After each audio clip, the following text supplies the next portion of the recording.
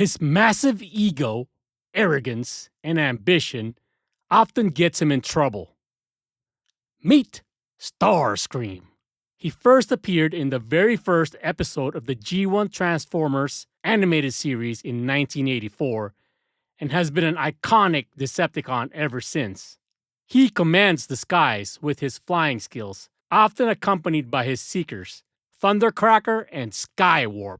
He started as a Tetrajet in Cybertron, then reformatted by Teletran 1 to one of the most deadly fighter jet ever made, the F-15 Eagle. His constant plotting to overthrow Megatron is a comical one, often fails, and eventually gets him killed in Transformers the Movie in 1986. Arguably one of the best death scenes ever shown on the big screen. Let's take him for a spin. For the love of Vector Sigma, this figure is the shit. What you are looking at is the Takara Tomy Masterpiece MP3 Starscream. And there is no doubt that this collectible is a masterpiece. It was released in 2006 in Japan for a paltry $100 and designed by the famed mechanical toy designer Shoji Kawamori. This figure was geared towards collectors with its hyper-accurate alt-jet mode and its convincing color scheme of the real F-15 at the time. Front, back, side to side is money. The classic Starscream colors would eventually be released as a Toys R Us exclusive with a slightly modified mold. The F-15 alt vehicle mode is riddled with scale features.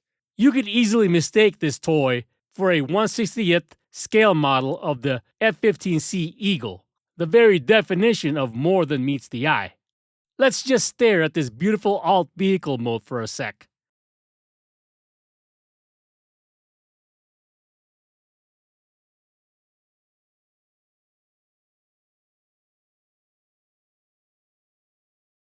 Weathered panel lines and rivets galore. Opening nose cone, engine bay and cockpit canopy. Functioning air brakes, flaps and ailerons. Detailed ejection seat for Dr. Archieville.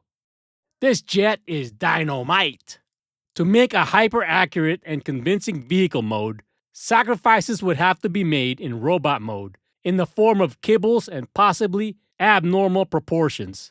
But that didn't happen here. I would argue that the robot mode is what I imagine Starscream would look like as a live-action being. I absolutely love everything about this dude, especially that diabolical smirk and titty missiles. My one complaint is a tiny one, the visible ball joint on the back of his head. Yuck. Now, every figure does have its limitations, and this one is no exception. The transformation is somewhat complex, and you could easily snap off a tab if not careful, like I did. He's not that stable in robot mode, and his articulation does lack a bit. But, and it's a big but, shelf presence in both modes is on another level. In my opinion, no Transformers toy has come close to the total awesomeness of this dude. And I will fight you on that. One other thing, deciding whether it's better to display him in robot or jet mode. Both are pretty badass and pleasing to the eyes. What say you? Let me know in the comments if I'm full of crap. Be sure to like and subscribe.